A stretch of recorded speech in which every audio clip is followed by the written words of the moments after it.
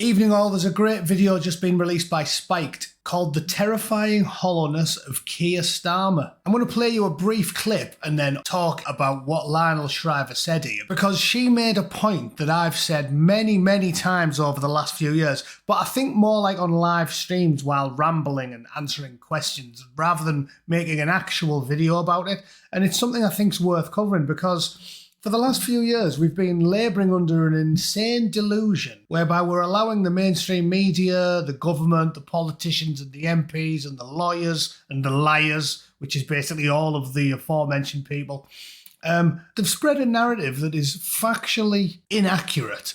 Well, that's a kind way of saying it. I'm talking like Douglas Murray. No, they are liars. Brazen, dirty, slimy liars. Proven liars. Demonstrable liars, duplicitous dogs that have purposely lied to the British people over and over again over a period of decades, despite the fact the British people uniformly, in every poll for at least 20 years, has been aggressively anti-mass immigration because they can do basic mathematics. And they know that with a population of tens of millions, you'll always have enough taxi drivers and plumbers and nurses and firefighters if you put even a slight bit of effort into recruiting them. And they know that the game isn't worth the candle because, yes, not all immigrants are bad, but you don't need them. You can pull employees from your own population. And unlike, let's say, the Aberdeen family,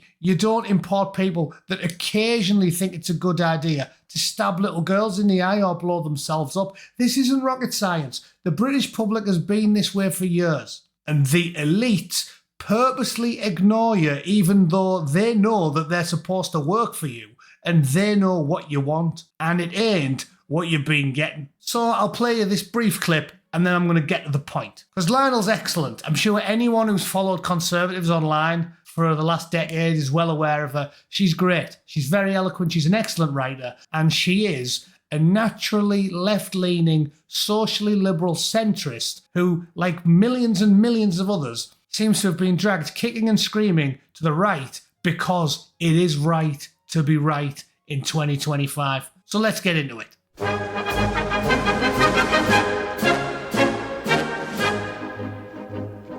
Right, I'm only going to play you a minute. This is an excellent point that everybody with two brain cells to rub together knows to be true, and that's why the government, the mainstream media and the establishment have ignored the point for decades. Lionel, take it away. It has implications far beyond that. And I sense a growing popular rage in the UK about what is being done to their country without any consultation. I mean, it is ostensibly a democracy, and yet why is the biggest thing that is happening to the country during our lifetimes is being done without asking? And whenever people are allowed to vote, they vote for parties that promise to do something about it, and then they don't. And I think the level of rage on the ground is, if anything, underestimated by the powers that be. I mean, one of my most unsavory habits is to read the comments after articles about immigration.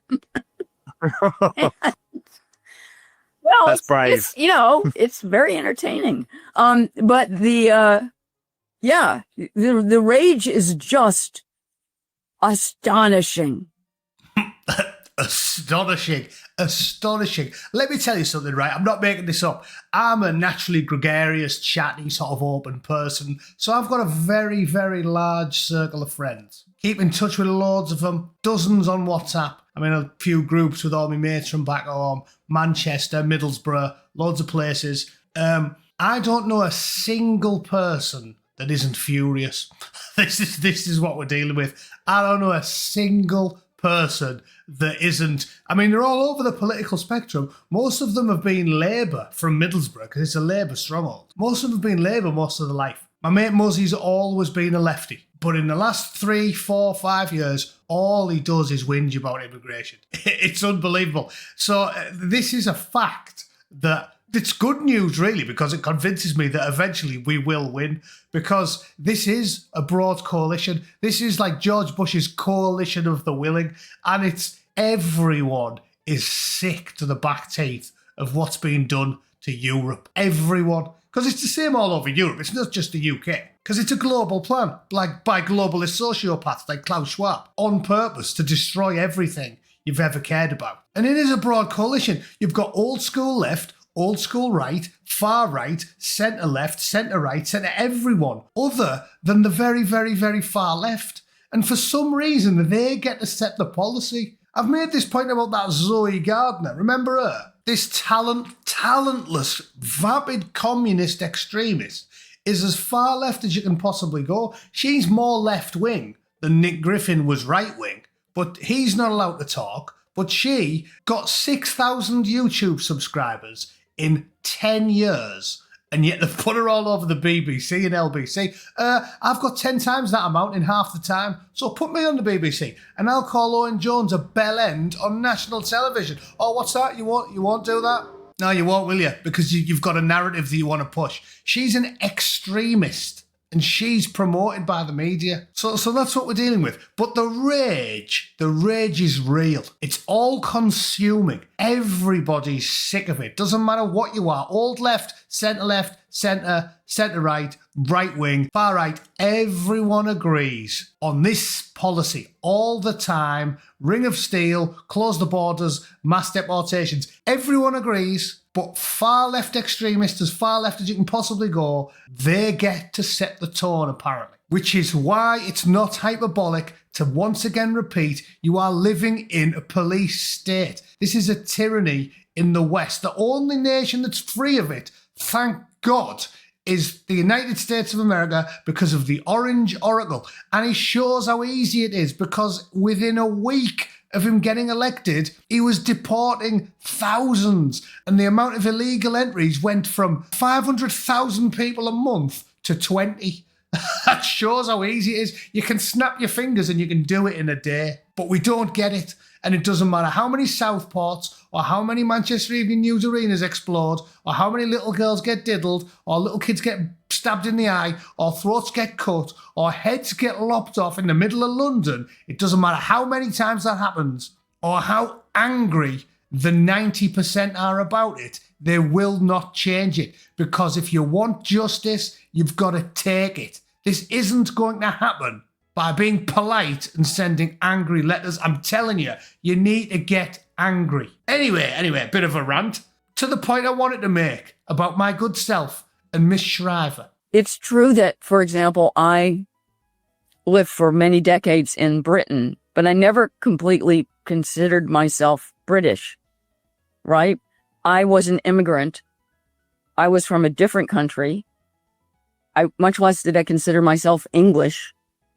And I didn't think that that was being discriminatory against me. It wasn't that, but I wasn't, I'm still not British. I'm still not a part of your country. When I go there, I'm very familiar with the place and I feel comfortable there, but it is not my home.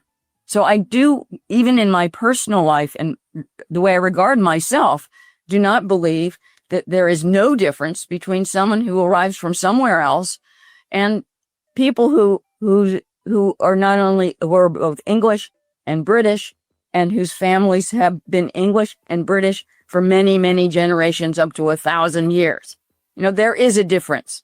And if you overwhelm the native culture with people who are new to the country, it's not the same place anymore. And little by little, it's just a patch on a map. And you lose a sense of who you are.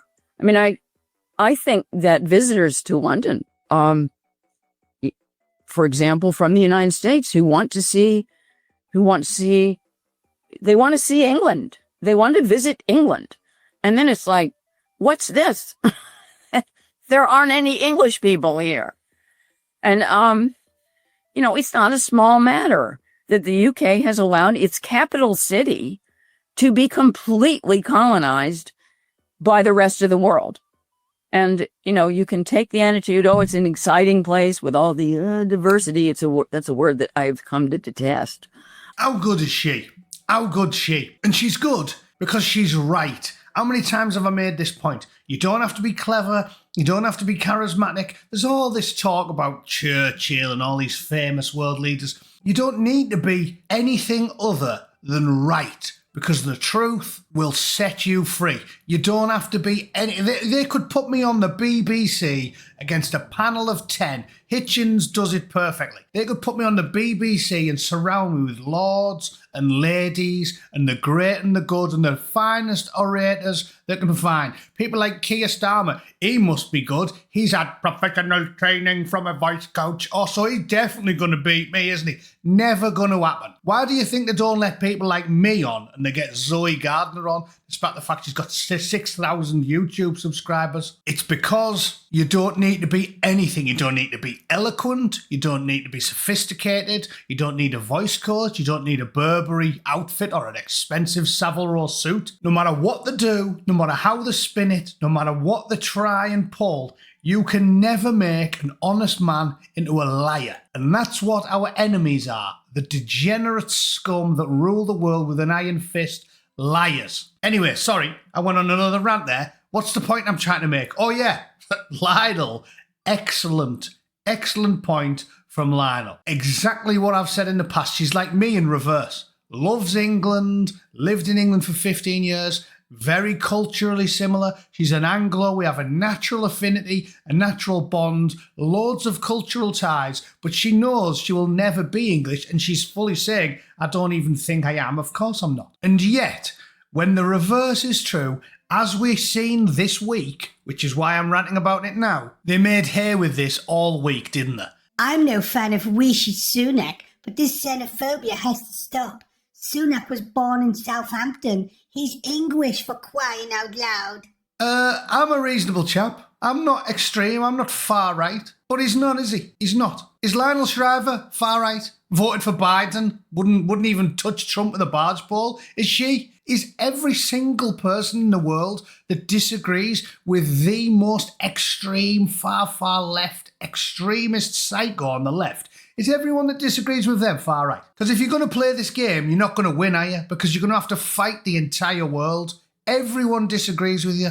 Rishi Sunak is Indian. Why does this only work one way? Why? Why is Ukraine definitely Ukrainian? California's definitely Mexican. Palestine is definitely Palestinian, but England can't be for the English, Canada can't be for the Canadians, America can't be for the Americans, and France can't be for the French. Why is that? Why is their argument totally hollow, totally illogical, completely irrational, contradictory, and ludicrous? But they keep making it. Well, you know why? Because they have to lie to all the people all of the time, and they put Zoe Gardner on Question Time to tell you so. Up is down, left is right. Ukraine is definitely Ukrainian, and Palestine's definitely Palestinian, but England's not English, and it's not for them. It's for everyone. Yeah? Makes loads of sense. Makes loads of sense. Palestine is for the Palestinian people, and it has to be. It's a moral duty to make it for the Palestinian people. But Scotland's not for the Scottish. No.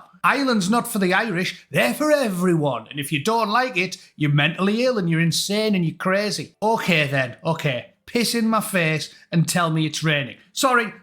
I'm ranting again. I'll drag it to the end of the video eventually. Point I'm getting at. Lionel Shriver, fantastic, very true. Me, it's the same in reverse. Born and raised in the borough. Joined the military as a teenager, travelled far and wide, but always yearning for the borough. Doesn't make any sense. Doesn't make any sense. Borough looks like Baghdad, but I still miss it. To this day, with every fibre of my being, because I was born and raised there. 50 generations come from England. That's where I'm from. I'm not a son of the soil of Pakistan. I mean, there's a mad thing. They even tell you what they are and who their allegiance is to. But then they'll say, oh yeah, he's as Scottish as anyone, him. Humza Yousaf, the day after saying, I'm a son of the soil of Pakistan, is more Scottish than Angus McTatty from 18 generations of council estates in Glasgow. How does this make sense to anyone? It's not about being right-wing. It's about my logic gland refusing to accept inanity and stupidity. It's ridiculous. It's self-evidently ludicrous and contradictory, every time the far left open their mouths and they get to parrot everything into the ear of the government. It's absolute madness. No, he isn't Scottish, and this fella isn't English, and that's not even remotely controversial to say so, because a lefty Biden voter like Lionel Shriver has made the point more eloquently than me, but I'll do my best anyway, alright? I've been in America for 11 years or thereabouts. My entire extended family is American. I go to every Christmas, Thanksgiving and big public holiday. I speak English and I have done since birth. I've even got a red, white and blue flag, the British flag, in the nation of my birth. I love America. I like everything about it. I love it more for my standard of living than my home country because it's being ran by a conservative person and not a left-wing lunatic. Everything about America's fantastic. I've fully embraced the culture, the society. I love my family, my friends, my co-workers. I love monster trucks, guns, barbecue and Creedence Clearwater Revival. But I'm not really American, am I? I'm not. I've got an American passport and I love America. And I'm proud as punch and I'll defend them to the death. But in my heart, I'm an Englishman. And I always will be. And I have allegiance to England. I talk about British politics 10 times more than I talk about American politics because it's in my bones. It's in my very marrow. I'm an Englishman till I die. If this was 1776, I would have been a loyalist. Despite everything. Despite the fact this country is well run and the UK isn't. So don't tell me a man from a culturally almost identical nation spawned by Britain where everyone speaks English, don't tell me that a man like me is more American than Cletus from Alabama, who's been in America for 20 generations. And in fact, nobody would they? Because it'd be ludicrous. But when they do it in reverse, when an Indian or a Pakistani or an African says, I'm English, then they jam 1,000 square pegs through round holes and they go, yeah,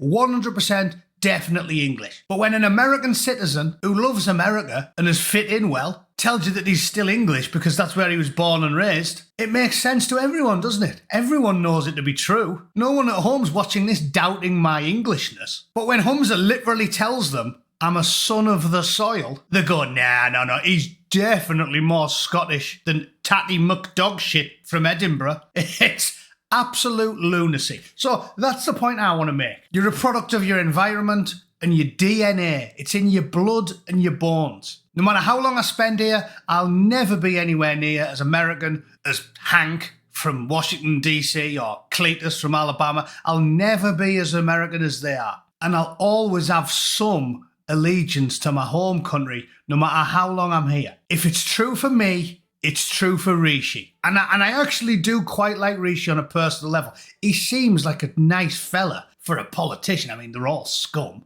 But, you know, if a load of them were drowning, he'd be one of the first I might attempt to save, you know, as long as there was no, like, dogs, cats, rats, pigeons, insects, requiring my help first.